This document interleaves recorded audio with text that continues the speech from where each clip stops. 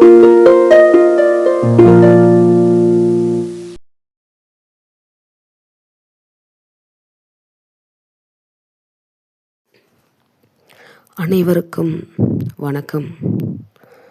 யார் இந்த முருகன்? யார் தான் இந்த முருகன்? ஏன் முருகன் இவ்வளோ ஃபேமஸ் ஆகிருக்கிறாரு? உலகத்தில் இவ்வளோ கடவுள் இருந்தும் ஏன் முருகான்னு இவ்வளோ முருகனை கும்பிடுறோம்? குழந்தைங்கள்லேருந்து பெரியவங்க வரைக்கும் ஏன் இவ்வளோ பேர் நடப்பாத போகிறாங்க? கையில் பணம் இல்லைன்னா கூட கடன் வாங்கிட்டு போகிறோம். உடம்புல தெம்பு இல்லைன்னா கூட முருகன் பார்த்துப்பாருன்னு போகிறோம். அப்படி என்ன செய்கிறாரு? என் வீட்டில் முருகர் படம் வச்சு கும்பிடக்கூடாதா? இல்லை கோயில் பக்கத்தில் எவ்வளோ கோயில் இருக்குது, போய் கும்பிடக்கூடாதா? எல்லாமே செய்வோம். ஆனால் ஏன் வருஷத்தில் ஒரு வாரம் பாத யாத்திரை போகிறோம்? அப்படி போகாதவங்க போய் பாருங்கள், அந்த அனுபவத்தை உணர்ந்து பாருங்கள். மனம் முருகி நியாயமான கோரிக்கை வச்சு முருகனே கெதின்னு நடந்து போய் பாருங்க, எவ்வளோ பெரிய மாற்றம் தெரியும். எந்த கடவுள்கிட்டையுமே நியாயமான கோரிக்கைக்கு பதில் கிடைக்கும். முருகன்கிட்ட எங்களுக்கு நிறைய நல்ல விஷயம் நடந்திருக்கு. எல்லாருமே பாத யாத்திரை போகிறாங்களே, நம்மளும் தான் பாத யாத்திரை போவோம் அப்படின்னு சில பேர் என்டர்டெயின்மெண்ட்டுக்காக, ஒரு ஜாலிக்காக நடந்து போகாதீங்க. எல்லாருக்குமே சந்தோஷமும் இருக்கும், கஷ்டமும் இருக்கும். தயவுசெய்து முருகனே கெதின்னு போயிட்டு வாங்க. வீட்டில் இருந்து ஜாலியாக கிளம்பிடுவோம். முடிஞ்ச வரைக்கும் நடந்தும் போயிடுவோம். அங்கே பக்கம் போக போக முருகா சுத்தமாக முடியலப்பா, அடுத்த வருஷம் வர்றது டவுட்டு தான் அப்படின்னு நினச்சிட்டே போவோம்.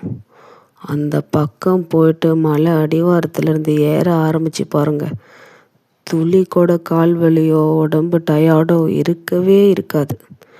அதுலேயே நீங்கள் உணரலாம் எவ்வளோ பெரிய டிஃப்ரெண்ட்டான மாற்றம் இது. நீ என்னம்மா இவ்வளோ பெரிய தத்துவம்லாம் சொல்கிற, உனக்கு என்ன அவ்வளோ அனுபவம் ஆயிடுச்சா அப்படின்னு நீங்கள் நினைக்கலாம். நான் 3 வருஷம் மட்டும்தான் பாத யாத்திரை போயிருக்கேன்.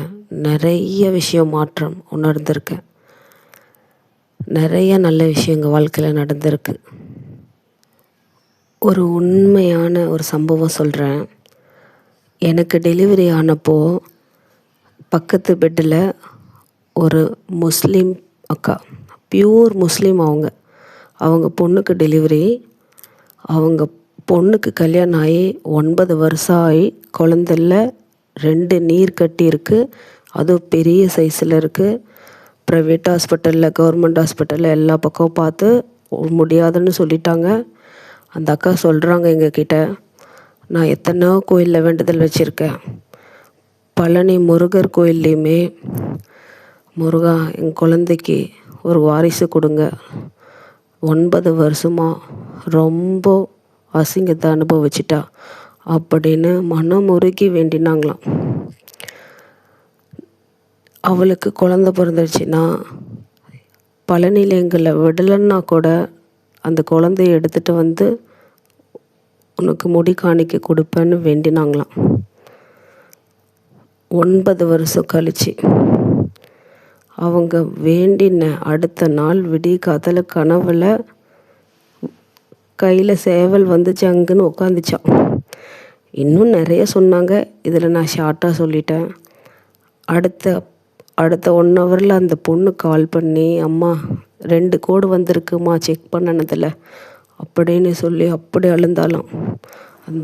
அந்த அக்கா அப்படி அழுந்துட்டு சொல்கிறாங்க, அந்த முருகனை வேண்டி எங்கள் வேண்டுதலை நிறைவேற்றிட்டாரு. நாங்கள் முஸ்லீமுன்னு எங்களை கோயிலுக்குள்ளே விடலைன்னாலும் என் பேரனை மட்டும் தூக்கிட்டு போய் நான் மொட்டை அடிச்சுட்டு காணிக்கை நிறைவேற்றிடுவேன் அப்படின்னு அழுந்துட்டு சொல்கிறாங்க. அவங்க பேர் இதாயத்து. அப்படி எங்களுக்கெல்லாம் சிலுத்துருச்சு. யார் வேண்டுறாங்க, என்ன வேண்டுதல் வைக்கிறாங்கங்கிறது முக்கியம் இல்லை. நியாயமான வேண்டுதலை கண்டிப்பாக தண்டாயுதபாணி நிறைவேற்றுவார். அதுபோல் பழனி தண்டாயுதபாணி வேண்ட எந்த வேண்டுதலும் தண்டமாக போகவே போகாது. அதனால் அன்பு நண்பர்கள் அனைவரும் ஜாலியாக போயிட்டு வாங்க, சந்தோஷமாக போயிட்டு வாங்க, கிண்டல் கேலி பேசிட்டு போயிட்டு வாங்க. ஆனால் நேர்மையாக மனமுணர்ந்து முருகா முருகா எங்கள் அப்பனே கெதின்னு வேண்டிகிட்டே போங்க. கண்டிப்பாக நல்லதே நடக்கும். இந்த தண்டாயுதபாணி எல்லாருக்கும் நல்லதே செய்வாங்க. நியாயமான கோரிக்கையை சேவை கொடுத்து கேட்பாங்க. லேட்டானாலும் லேட்டஸ்ட்டாக செய்வார் முருகர். தேங்க்யூ, பாய். இந்த பதிவு பிடிச்சிருந்தா சப்ஸ்கிரைப் பண்ணுங்கள், சேனலை லைக் பண்ணுங்கள், உங்கள் ஃப்ரெண்ட்ஸ் எல்லாருக்கும் ஷேர் பண்ணுங்கள். தேங்க்யூ.